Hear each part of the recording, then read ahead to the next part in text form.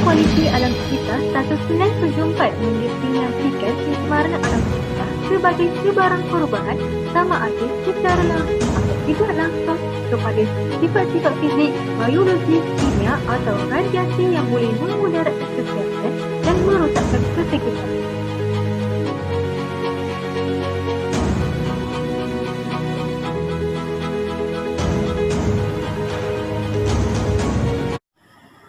Hai, Assalamualaikum warahmatullahi wabarakatuh. Saya Nur Afiqah Zahira binti Muhammad Said. Nombor matrik S169189 akan menjelaskan tentang jenis-jenis pencemaran yang berlaku di Malaysia. Pertama, pencemaran udara. Pencemaran udara merupakan satu keadaan yang melibatkan pengenalan sebarang bahan kimia atau biologi yang menyebabkan kemudaratan.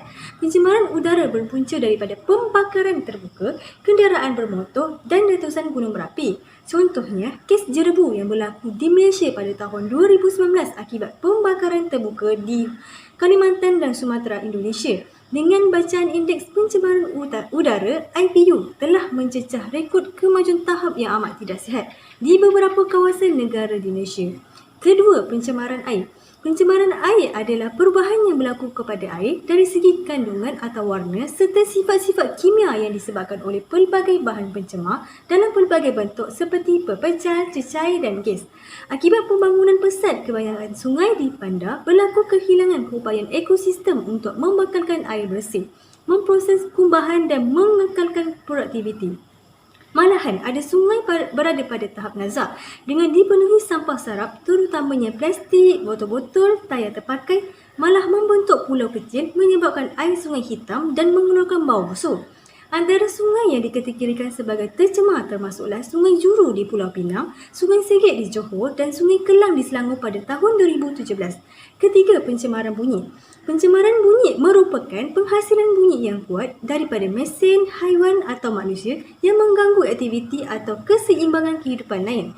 Kebanyakan sumber pencemaran ini berlaku di luar rumah seperti sistem pengangkutan termasuk bunyi kenderaan, bunyi kapal terbang dan bunyi kereta api. Contohnya, kerja-kerja pembinaan di bandar-bandar, pencemaran bunyi bising di trafik di kawasan bandar yang sedang membangun iaitu Bandar Batu Pahat pada 2015 di Johor.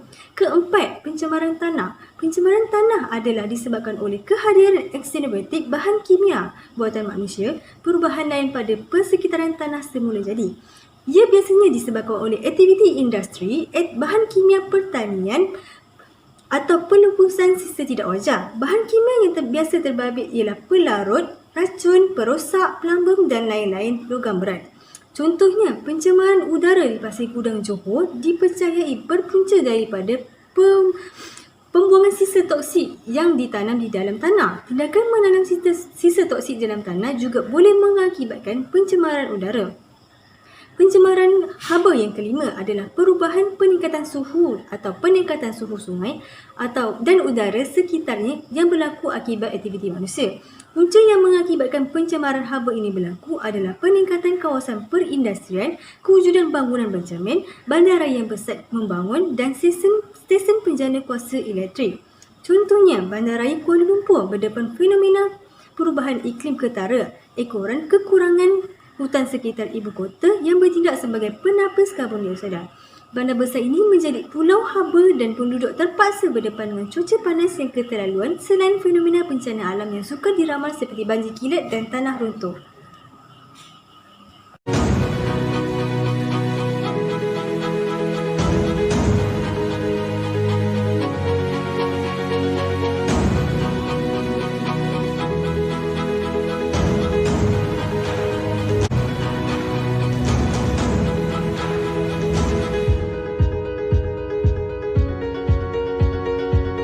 Assalamualaikum dan salam sejahtera. Saya Nurfilah Putri binti Herman, nombor matrik A168406 akan membentangkan tentang konsep pembangunan lestari. Konsep pembangunan lestari ini muncul akibat daripada kesedaran manusia sendiri terhadap kepentingan pemeliharaan dan pemeliharaan sumber alam sekitar. Dalam konsep ini juga, penekanan diberikan terhadap keseimbangan antara memenuhi keperluan manusia dengan keupayaan sistem semula jadi bagi membekalkan produk dan perkhidmatan tanpa melakukan pencemaran terhadap alam sekitar. Konsep ini juga dibentuk berasaskan konsep dan prinsip pembangunan secara berterusan dan bermatlamat untuk memenuhi keperluan masa kini tanpa menjejaskan keupayaan generasi akan datang. Pemeliharaan membawa maksud membaik pulih sumber-sumber alam sekitar seperti air, tanah, udara, mineral dan sebagainya yang telah digunakan tanpa membiarkannya ia pupus. Seterusnya, pemeliharaan pula meliputi aspek penjagaan dan perlindungan untuk mengekalkan sumber-sumber alam sekitar daripada ia diteroka dengan rakus oleh manusia. Seterusnya, saya akan mengemukakan perkara-perkara yang terdapat dalam peraturan alam sekitar yang berkenaan dengan usaha menghalang diri sendiri dan orang lain daripada melakukan pencemaran terhadap alam sekitar.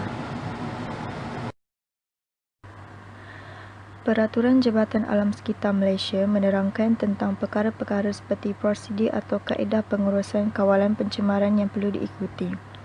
Ia juga menyatakan kesalahan yang boleh dikompaun yang mana tiada diberitahu dalam akta. Ia lengkap merangkumi semua yang berkait dengan alam sekitar seperti udara, air, bau, bunyi, perlesenan, minyak kelapa sawit mentah, getah asli mentah, kawalan kepekatan plumbum dalam gasolin motor, kawalan perlepasan daripada diesel dan petrol, sistem kumbahan dan buangan terjadual.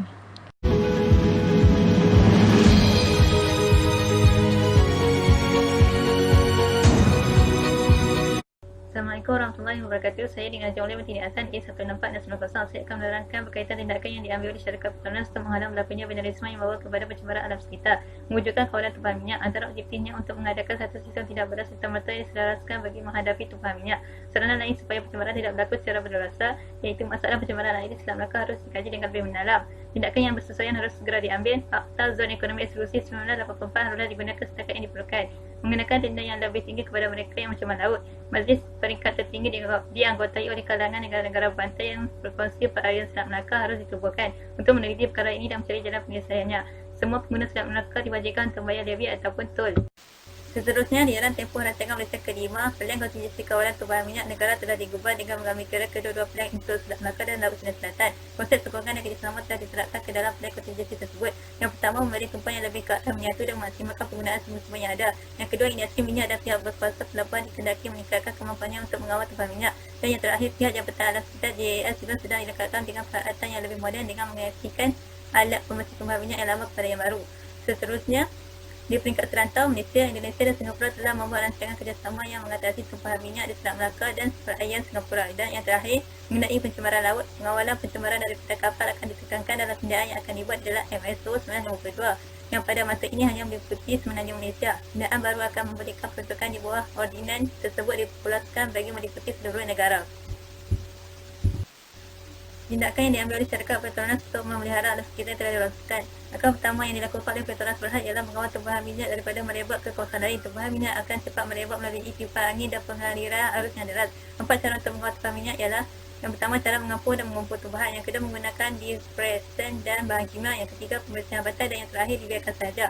Seterusnya, faktor yang perlu diambil kira dalam mengawal tumpahan minyak daripada merebak. Yang pertama ialah lokasi tumpahan. Yang kedua, kuantiti tumpahan. Seterusnya, jenis tumpahan, keadaan laut dan keupayaan tindak balas tumpahan yang tumpah. Tindakan seterusnya ialah pihak yang bertanggungjawab akan menjalankan operasi pemeriksaan minyak secara peringkat-peringkat, iaitu peringkat tempatan, peringkat kawasan dan peringkat wilayah. Seterusnya, alternatif daripada bekerjasama peringkat wilayah melibatkan kawasan yang luas dan jumlah tumpahan yang banyak. Ia dilakukan apabila jumlah peralatan tenaga dan sumber dari negara lain tidak mencukupi dan melibatkan bantuan daripada negara lain, iaitu rancangan kontingen Lombok, Makassar, Standard Operating Procedure for Strait of Malacca and the Strait of Singapore, Standard Operating Procedure for Malaysia and Brunei, dan yang sekali ASEAN Oil Spill Response Action Plan, ASEAN OPTRAC. Dan yang terakhir, kesimpulannya dengan kerjasama antara Jabatan Laut dan pihak berkuasa pelabuhan yang berkenaan, kebanyakan tumpahan minyak yang berlaku di kawasan pelabuhan telah dapat dibersihkan di mana kos pemerisaannya telah dapat dipungut daripada pihak-pihak yang berkenaan.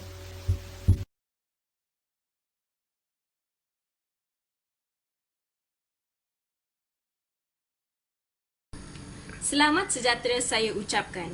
Nama saya Ajita Apsara Suraj dan nombor matrik saya ialah A169325. Untuk bahagian saya akan menerangkan tentang peranan agensi Petronas di Malaysia untuk menangani kes vandalisme ke atas alam sekitar. Di Petronas, tujuan mereka adalah untuk memberikan penyelesaian tenaga yang mendorong kemajuan dengan cara yang bertanggungjawab, yang juga pada masa yang sama memainkan peranan yang amat penting dalam kerajaan di Malaysia untuk menangani isu vandalisme ke atas alam sekitar ini. Komitmen Petronas adalah untuk menjalankan dan mengembangkan perniagaan dengan cara yang memberi sumbangan positif kepada masyarakat dan juga alam sekitar sekali. Petronas memberikan keutamaan yang tinggi dalam menguruskan kesan perubahan iklim melalui memajukan disiplin operasi dan keupayaan serta memanfaatkan teknologi perkembangan dalam memastikan kelestarian yang lebih baik pada masa hadapan.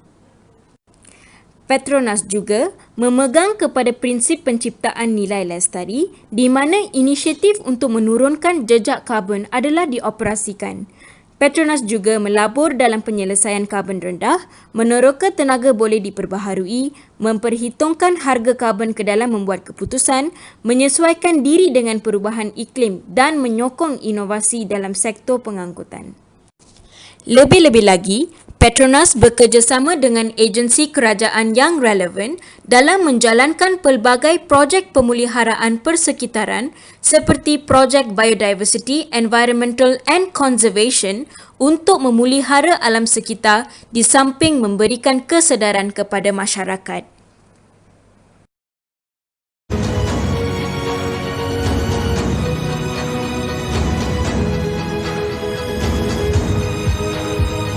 Saya Nur Widiawati binti Fandi bernombor matrik A171816. Baiklah, saya akan meneruskan pembentangan mengenai kesan diperoleh hasil pembenterasan vandalisme ke atas alam sekitar di Malaysia dan juga kesimpulan. Baiklah, untuk kesan terdapat beberapa di sini, misalnya menjaga imej negara. Apabila negara bersih dan memiliki pemandangan yang indah tanpa sebarang kerosakan, orang luar akan menjadikan Malaysia sebagai contoh untuk mereka ikuti. Malaysia turut dapat menjadi contoh seperti negara Jepun yang sering dikatakan oleh sikap rakyatnya yang baik dalam bersama menjaga keindahan negara. Seterusnya, ekosistem lebih stabil, yang di mana dapat kita lihat kesan pencemaran alam sekitar ini telah menyebabkan pelbagai masalah global. Contohnya masalah global yang menyebabkan perubahan-perubahan lain, misalnya fenomena cuaca dan juga peningkatan paras air laut.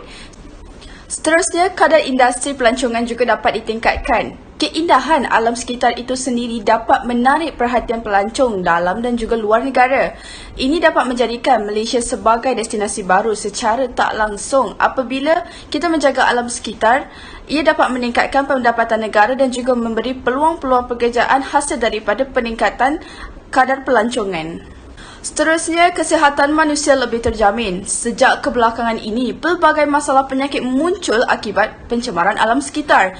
Contohnya, respirasi akibat menghirup udara yang tercemar, yang mana hal ini akan menyebab fungsi paru-paru terjejas dan sistem aliran darah mengalami masalah serta penyakit lainnya. Pembenterasan vandalisme alam sekitar ini mampu membantu mengurangkan tahap penyakit dan juga meningkatkan daya kesihatan. Seterusnya, habitat kehidupan laut dan juga darat terpelihara, mengelak kepupusan flora dan fauna serta mengelak pembaziran kos pembelanjaan untuk membaiki harta benda awam.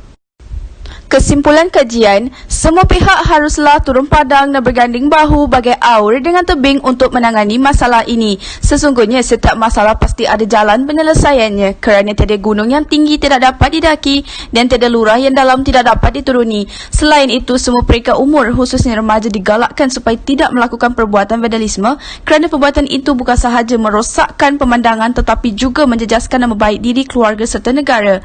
Bagi mereka yang melakukan vandalisme, mereka perlulah insaf dan bertaubat serta menjadi individu yang berketerampilan, beriltizam dan pragmatik agar bersama dapat hidup harmoni, sihat dan juga maju.